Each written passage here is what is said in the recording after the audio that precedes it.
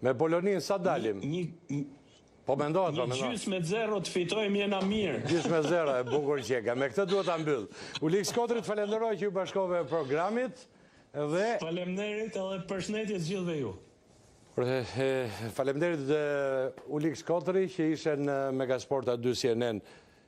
Vetëm Shkodranët dalin, gjithë andej. Pa parë pas keni qenë. Në studio, në futboll, të Chelsea, Uliksi, tani edhe në vend parë në tabelën e klasifikimit, Nikol.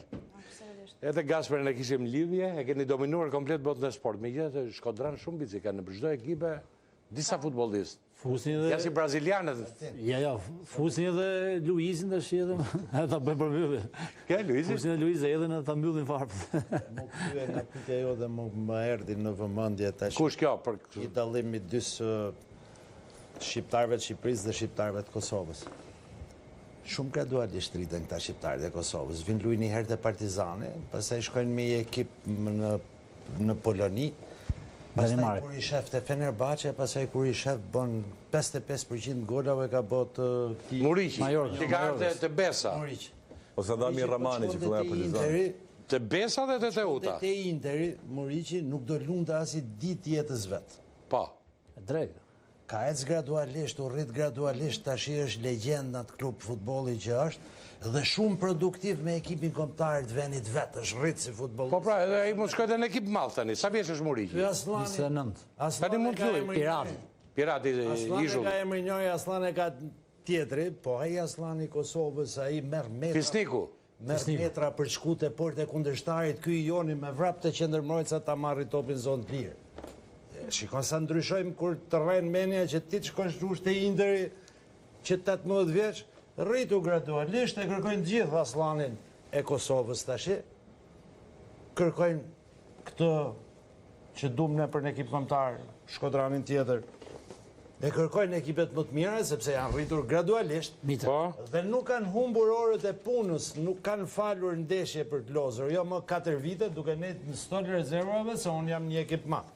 Edhe po tani sulmuesi joni kombëtar. Ore Silvinho tani është me dhimbje koke me këto gjithë këto që nuk po i luajnë futbollistët. Nuk luan njëri, tjetri s'ka ekip, tjetri është i vrarë, Aslani ka lviz nga ekipi. Çfarë ndodh tani? Në fakt dhimbje koke do jetë për ne shqiptarët se Silvinho ka një justifikim shumë të mirë.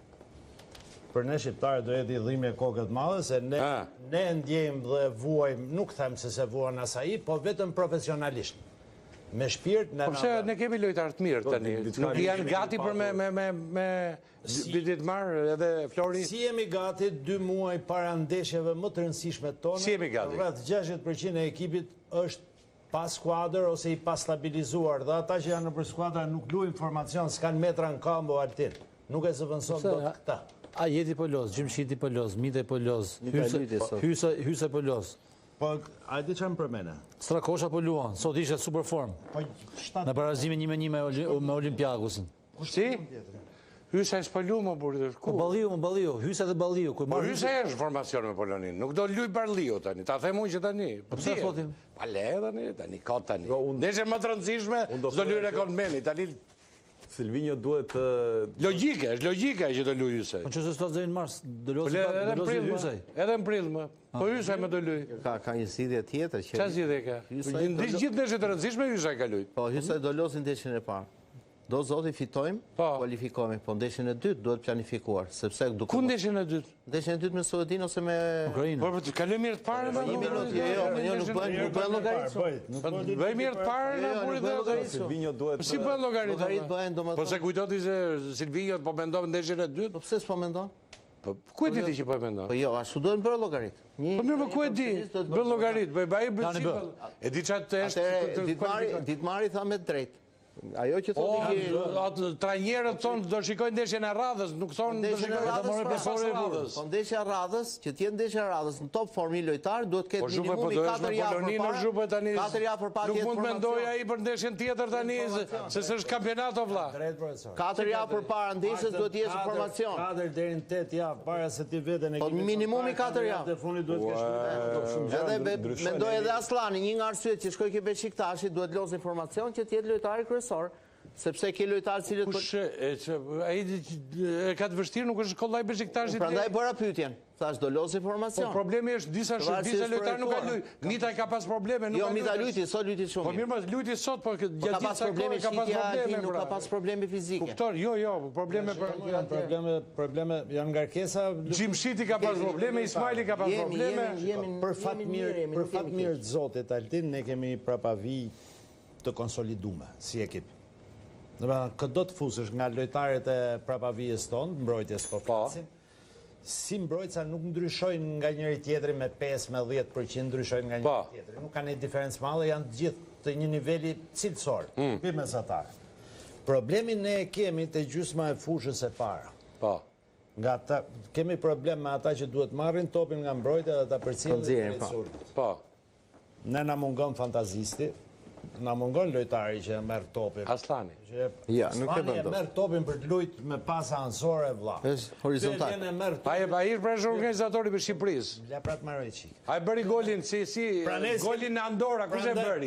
Aslani e bëri. Pra ne s'kemi bë as gol me mendim, janë gol rasor. S'kemi vajt, ne nuk e dim se si luajmë sot. Ne shkojmë mbi pas aktive individuale të lojtarëve. Kush shqiptar e di? Cila është mënyra jomë në të shkuarit në sulm? Kush specialist futboll e di? Zero. Kush vertikalizon më mirë nga ekipi kombëtar? Një lojtar më thuaj një. Përveç Aslanit. Më keni habitur. Përveç Aslanit. Përveç Aslanit një. Po vertikalizove. Aslani ka probleme fizike, po pasin dhe vertikalizimin. Nuk më hyn punë mua, shumë merr një aktor cirku se xhonglon topin. Po do trajneri më burr. E ma topin, po pa legjë. I thot trajneri e kërkon gjithmonë. Momentin që merr top që ndërmbrojtës se futet të treshe. Kujde ajellesh pas në gjatim qafsh. Brojës. Brojës. Ku më e ke ansore? Po pse më ansore shikoj? Po fare o zero, kur ke dalë me për paktën me formën aktuale. Nuk ndryshon struktura për të ndeshjes së e kthen edhe topin mbrapa, pra ideja ka frikë të vazhdojë. Se po na flet regjizori, po na i thot, edhe mua dhe Nikolis të dyve, na tha edhe herën e parë, regjizorin e kemi ish futbollist, na i thot ai. Regjizori. Përshëndesim. Ja themi emrin aja. Po ja themi burrë ish futbollist Dinamo. Po pse ja themi emrin një, duhet i marrim leja herën tjetër. Jo mbi emrin. Jo, me Dinamon. Të dëja, është me... Të dëja, po. Qofse Aslani do lozë me Beşiktaş informacion për këtë periudhë, deri në ndeshjen që kemi në Poloni, është jashtëzakonisht pozitive për skuadrën tonë, sepse ai ka eksperiencë në turp. Ai mbetet i rëndësishëm për skuadrën tonë, s'kemi tjetër. E dyta, unë mendoj që ndeshja që do jetë në Poloni, do më thënë jashtëzakonisht një administrim shumë të mirë topit, do ekonomi brenda skuadrës, dhe dyta ajo që është më kryesore, ne do t'i japim hapësirë Polonisë që ta... Okej, mirë, t'i japim dhe pak hapësirë Emanuel Locit në këtë lidhje për sa i përket të rejave më të fundit nga vendi dhe bota. Emanuel, përshëndetje. Përshëndetje Altin, Nikoj dhe të ftuarit në studio. Po e nis me njëherë me Besnik Hasin, lajmi orëve të fundit, tregon se Anderleti ka shkarkuar trajnerin shqiptar. Vendimi u mor pas 5 ndeshjeve radhazi ku Anderleti i mungonte fitoria. Ishin konkretisht 3 humbje dhe 2 barazime që e nxorën Anderletin nga gara për titull kampion. U largua dhe Hasi, e? Një që kishim shqiptar që ishte në ekip madh, edhe ka lujt dhe ishte trajner dhe aty e hoqën. Po, Hasi ishte në krye të Anderletit që nga marsi i kaluar në 43 ndeshje, regjistroi 18 fitore dhe 16 humbje. Pjesa tjetër ishin barazime, ndërsa e mori, duhet thënë, ekipin në një moment mjaft vështirë në sezonin e kaluar, por këtë sezon e lë si vendi 4. Për të kthyer në Turqi, aty ku duket se është një vend i preferuar për lojtarët e kombëtares. Kristian Aslani, siç dihet, firmosi me Beşiktaşin dhe mori karton kuq pas vetëm pak minutash në debutim ku aktivizua si zëvendësues. Po pra se e takoi edhe me atë Rashicën, edhe i thoshte ai çaj ke Kardash i thaj. Po, i ka vllatha. Po. Duhet thënë se trajneri i doli në mbrojtje, ose më saktë hapi polemika në Turqi me deklaratën e tij, pasi tha se kur na ndodh nesh një karton i kuq, kur i ndodh kundërshtarëve është i verë. Kjo referuar kartonit të kuq që Aslani mori në ndërhyrjen e parë. Është kartoni i parë i kuq që merr Aslani në karrierën e tij si profesionist, pasi nuk e kishte provuar si ndjesia tek Empoli, tek Interi apo Torino së fundmi. Për të mbetur në Turqi, pra Rejmanaj firmosi me Sivasporin duke bërë një zgjedhje zemre dhe janë zbuluar detajet për sa i përket pagës që do përfitoje. Sa merr bëhet fjalë për një shifër të konsiderueshme, pasi deri në fund të sezonit Rejmanaj do fitojë 950.000 euro. Një shifër së cilës do i shtohet 200.000 euro nëse Sivaspori arrin të kthehet në elitën e futbollit turk. Emanuel, po kishin vajtur shumë të prisin në aeroport. Qindra tifoz që e pritën Rejmanaj në aeroport, por diçka që dije faktikisht, pasi ishte vetë Manaj i cili i bëri... Bici, digjohesh, Bici, ose futu tamam. Po Emanueli tha 100, 2.000, numri sakt. Sa? 2.000 tifoz. Jo, faktikisht jo. 2.000 ishte numri që kërkoi Rejmanaj të ishin në aeroport. Po, nuk ishin 2.000. Po, nuk 2.000 ishin donte. 2.000. Ishin disa qindra tifoz. Okej, tani si kemi numëru asnjëri. Dimi lajmit, Si? media turke.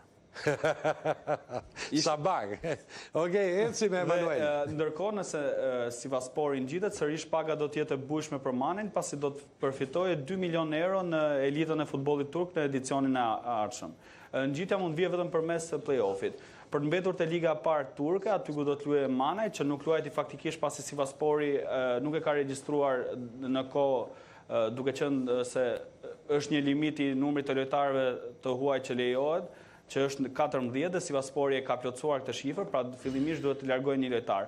Por për të mbetur në ligën e parë turke dohet prekja Taulat Seferin, sulmuesin e kombëtarës, i cili nuk u ftua në vitin 2025 nga trajneri Silvinho. Seferi bie në sy për golin e radhës që shënoi në javën e fundit, i cili është i 12-ti në 22 javë kampionat, ku ka asistuar dhe 4 gola të tjerë.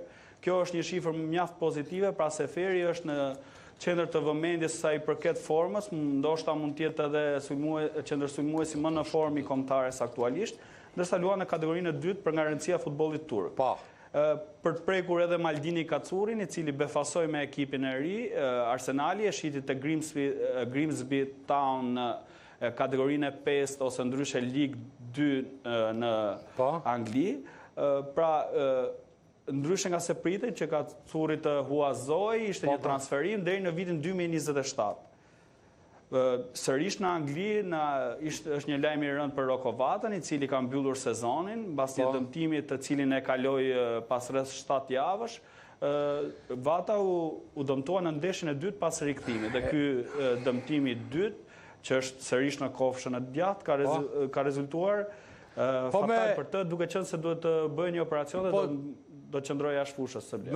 Ma shpjegoj që këtë me Bicuka, që vjen të Partizani, bëhet nami, njerë donin të ablinin të Astanës, që donin lekë të dynjas, pastaj iku në verë me zinxorën dokumentat, tanim duket e shitën apo e huazuan, çfarë ndodhi? Binsuka është huazuar te flamurtari, është një sulmues tek i cili klubi ka investuar shumë, ka spikatur në edicionin e parë si huazim të Drenica, dhe duket se drejtuesit kanë besim që duke i dhënë një tjetër mundësi si huazim, mbas 3 viteve, do të vijë sërish forma e tij e mirë. Emanuel, ai futbollisti luan vetëm në qendër të sulmit. Po e futet djathtas, nuk është për atë punë, se nuk është as i shpejt, nuk ka as driblim, nuk bën as veprime të tjera. Ai ishte kur luti atëherë që bëri 10 gole e Partizani, vetëm qendër, tak, e gjute dhe me Astanën atëherë gjithë me radhë ashtu ishte.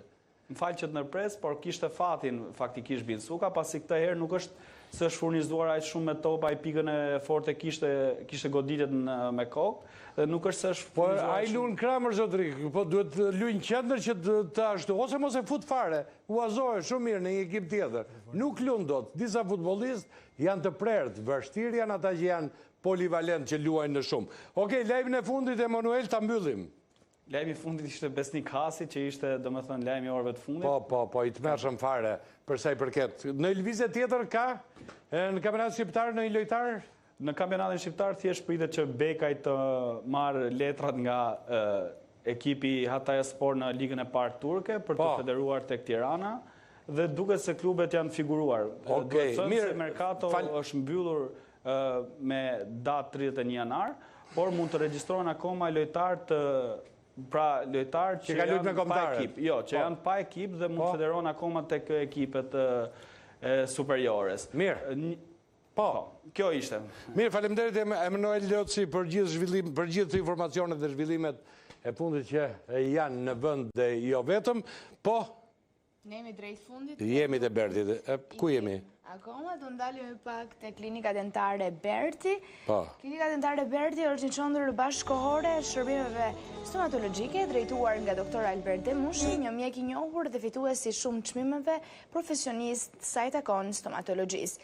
Klinika dentare Berti synon të krijojë një ambient të ngrohtë dhe të besueshëm ku çdo pacient të ndjehet i qetë dhe i sigurt për shëndetin e tij oral, me një staf të jashtëzakonshëm i cili kujdeset në çdo detaj sa i takon secilit pacient i cili bëhet pjesë e tyre. Okej. Adresa Pallatit e Reja Vorë. Mirë, faleminderit Zhupa, Alliu, faleminderit Bicaj dhe Flori, faleminderit që ishit me ne. Ne do jemi sërish këtu. Ditën e diel. Mos harroni, të javën shkoni te Matrix, tërvitur një atje se është birë dhe në qendër Tiranës, dielën Mega Sport. na ndiqin ne. Natën e mirë.